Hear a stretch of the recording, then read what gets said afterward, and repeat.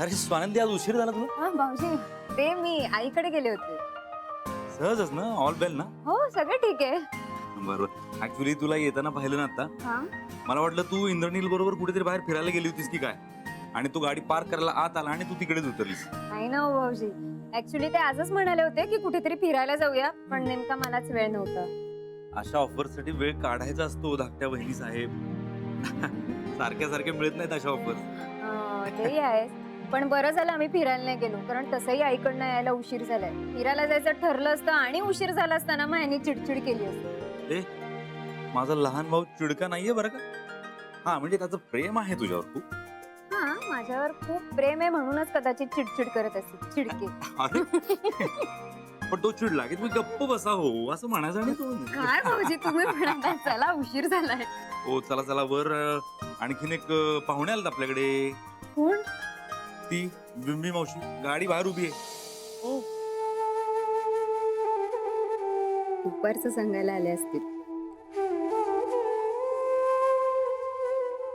स्वानंदी, निघूया ना? हो. उशीर होतोय, चला. हो, हो. मला माहिती तुझा विश्वास नाही बसणार. अरे हिने मला सांगितलं तेव्हा माझाही विश्वास नव्हता बसला. नाही, तू सांगतेस म्हणजे ते खरंच असेल. आणि मावशी खोटं का बोलेल? आता स्वानंदी घरी आल्यानंतर खरं काय खोटं काय ते कळेल. तू विचारशीलच ना तिला, मला खात्री आहे. आणि ह्याच्यावर अन्याय झालेला तुला तरी कसं चालेल रे? अगं नको रडू बाई. रंबे मावशी, बरं झालं तुम्ही आलात. मला तुमच्याशी जरा बोला. नाही, मला तुझ्याशी काही बोलायचं नाही बाई. प्लीज कृपा कर, लांब राहा माझ्यापासून. भीती वाटते मला तुझी. एक मिनिट. तू त्यांच्या घरी गेली होतीस? मग माझ्या क्लासमध्ये एक मुलगी आहे ना, यांनी तिला कामा. गेली होतीस की नाही एवढं सांग. नवरा चिडलेला असताना फार बोलू नये. तुम्ही चिडलात का? मी फक्त त्या मुलीला घेऊन त्यांच्या. अगं, कुणाला तोंड दाखवायला जागा नाही ठेवली आहे आम्हाला. सगळ्या स्वप्नांवर पाणी फिरवलंही नाही. तुला काय गरज होती ग माझ्या घरात येऊन तमाशा करायची? तमाशा? तो काय केलं मी? स्वानंदी, त्या काम करणाऱ्या मुलीला घेऊन हिच्याकडे गेली होतीस की नाही? हो. आणि तुम्ही बालमजुरी करून घेता असंही म्हणालीस की नाही? हो, नाही म्हणजे मी सुरुवातीला तसं नाही म्हणाले. सुरुवातीला नाही म्हणालीस, म्हणजे नंतर म्हणालीस. हो, पण बिल्ली मावशींनी आधी माझ्याशी नीट. नाव घेऊ नकोस माझं. पण ऐकून घ्या ना, ती काय म्हणते ते. निरंजन, तुला माहितीये का स्वानंदीने काय केलंय? तिच्या घरी जाऊन तमाशा केला. विम्मीच्या मुलीचं लग्न मोडलंय तिच्यामुळे. काय? बघितलं का नाना कोटवाळ्यांचा संदीप? काय रे बाबा, किती दिवसाने येत जा रे. त्यांना बघ किती आनंद झाला. कामाची पोरं तुम्ही बसा. कसं येणं केलंस? अगं आत्या, माझी बहीण लग्नाची आहे, छोटी. अगं बाई, मीना का? हो हो हो, हो, आली का लग्नाला? आली आली आली. बघा हो. तर नाना म्हणाले वच्छी आत्यांकडे चांगली स्थळं असतात. कसलं चांगलं स्थळ रे बाबा. हे बघ, पोरीचं नशीब चांगलं असलं ना, सगळं चांगलं असतं. आता मग आरखून पारखून घेतलेली स्थळं सुद्धा पोरीच्या जीवावर उठतात लग्नानंतर. असं का म्हणते वच्छी आत्या? नाही, तू नको याद पडू. हा. मी अरे लग्न जुळवणंच बंद केलंय. बंद केलंय मी लग्न जुळवणं. हो, बंद. म्हणजे आपल्याला नको, ती भानगडच नको. ए बाळा, हा. बस तू. हो हो हो चहा करते. हा? हो. बस बस तू. अशी कशी वागतेस का स्वानंदी तू? विम्मी मावशींच्या घरी जाऊन तू एवढा मोठा प्रकार करून आलीस. आई चिडल्या. भाऊजी तुला माफीच मागायला सांगतायत ना? अगं, आमच्यासाठी नाही, त्यांच्याकडे बघून तरी नमतं घे जरा. एवढा कसला आड मोठेपणा? नीलिमा, बघ, त्या दोघांना एकमेकांशी बोलू दे, तू मध्ये बोलू नकोस. मी बोलू नको? जरा बघा भाऊजींकडे. एक शब्द तरी बोलण्याच्या मनस्थितीत आहेत का ते? तिच्या वागणुकीमुळे किती त्रास झालाय त्यांना. तू कशाला आगीत तेल होतेस पण? मी आगीत तेल होते. ही हिच्या तत्वांना नको तेव्हा चिटकून राहिली आणि आग पेटली ते नाही दिसलं तुम्हाला? पण तुम्ही माझं काही ऐकूनच नाही घेतलंय. अजून काही शिल्लक आहेच का ऐकायचं? अगं बाई का त्रास देतेस आम्हा सगळ्यांना? नशिबास बाळू दादा घरात नाही, त्यांच्या समोर नाही झाला हा तमाशा.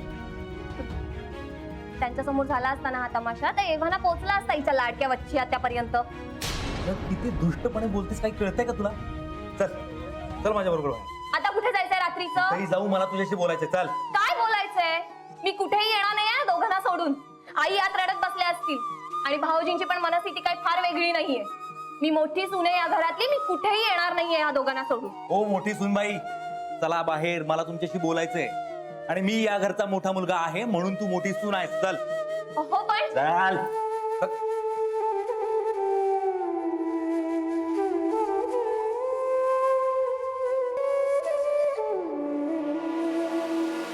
ए बाई, हे काय काय काय चाललंय तुझं? कुठे चाललोत आपण? कुठेही नाही.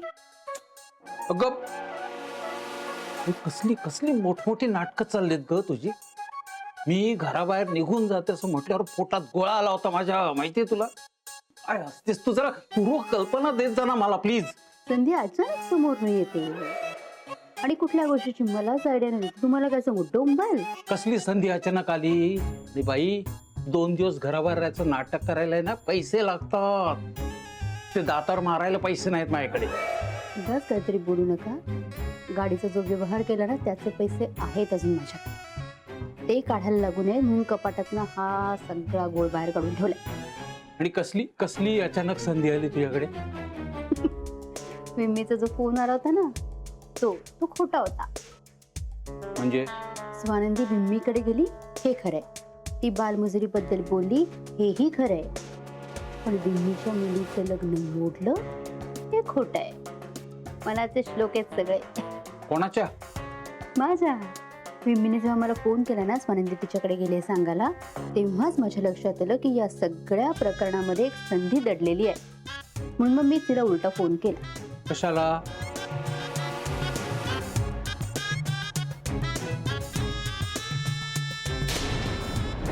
हॅलो मिम्मी, मुद्दाम फोन केला तिला. स्वानंदी तुझ्याकडे येऊन गेली हे सांगायला आज संध्याकाळी माझ्या घरी ये. हो ये, पण काय सांगायचं ना ते मी तुला सांग.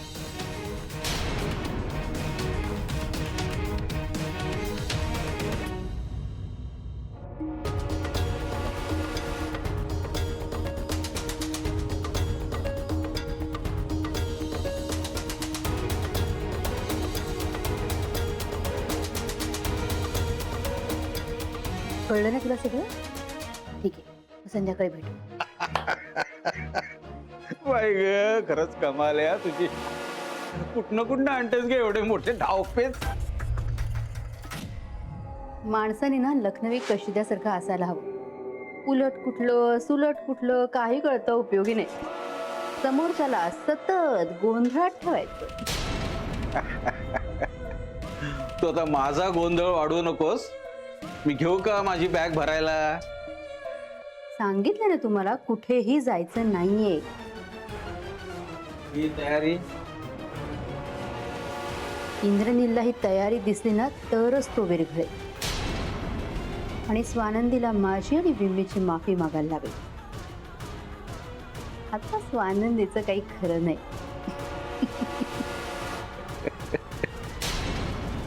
स्वानंदी ताई कोणाचं लग्न मोडतील असं वाटतंय का हो तुम्हाला? अजिबात नाही. मग का? नील साहेबांना खरं वाटलंय ना, तरी पण त्यांना घर सोडून जावं लागलं ना. काय काय म्हणालास तू? अहो रात्रीच निघून गेल्यात त्या माहेरी. आनंदी सासरी परत जाऊ नये यासाठी आता ललिता आटोकाट प्रयत्न करणार. हे मला देशपांड्यांना जाऊन सांगितलंच पाहिजे.